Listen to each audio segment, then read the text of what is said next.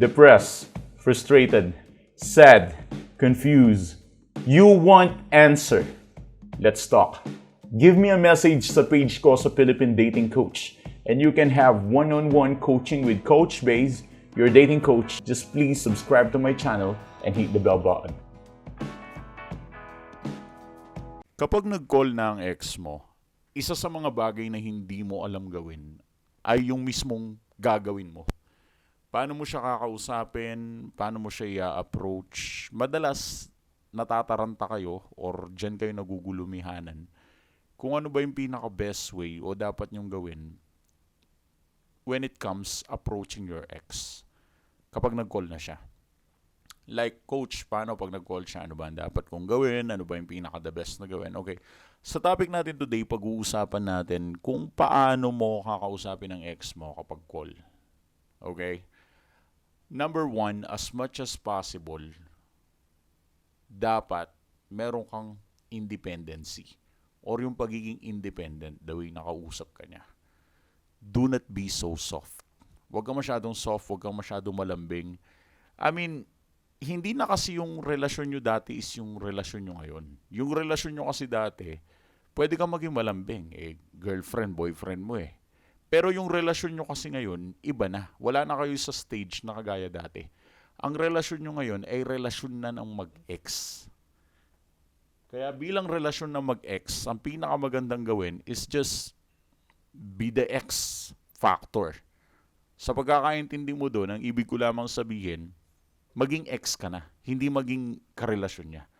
Kapag ex ka na niya, hindi ka na ganun ka-sweet. Hindi ka rin naman ganun ka-rude. Pero yung way ng approach mo, laging nandun sa middle part. Dun sa part na medyo matigas ka magsalita. Kasi nga, ex mo yung kausap mo. Hindi mo kaano-ano yan, okay? Ex mo yan.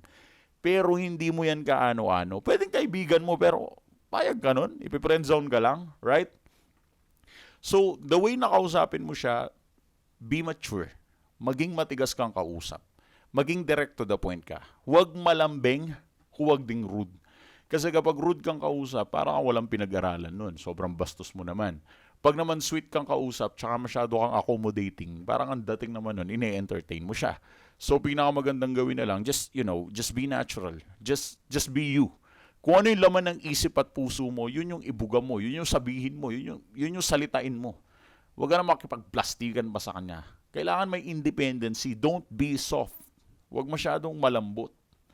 Once na nag-call siya, halimbawa nag-call siya and then he's asking you about money or particular things like cars or nagtatanong siya ng pambayad ng renta, mga ganun. Like, be direct to the point. Maging diretsahan ka lang kausap. Wala pa yung pera dito, ganito, ganyan, ganun. Okay, thank you. Walang I love you, please.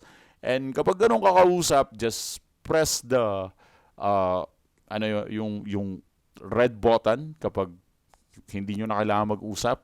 And that's it. Just drop the call.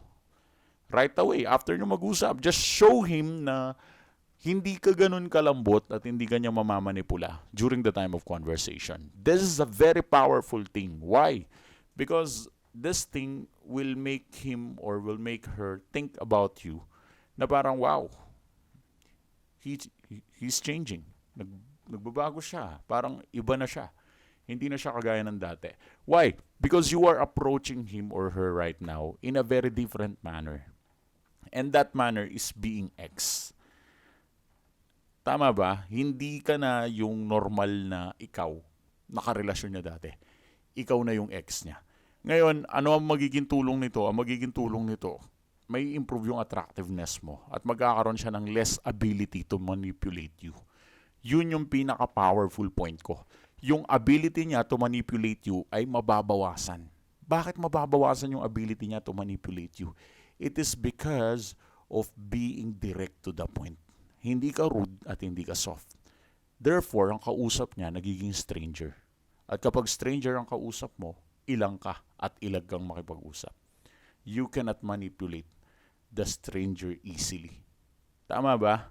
So sa mga may question, just give me a message sa page ko sa Philippine Dating Coach. You know, we can have one-on-one coaching. I think that's the best. Thanks for watching.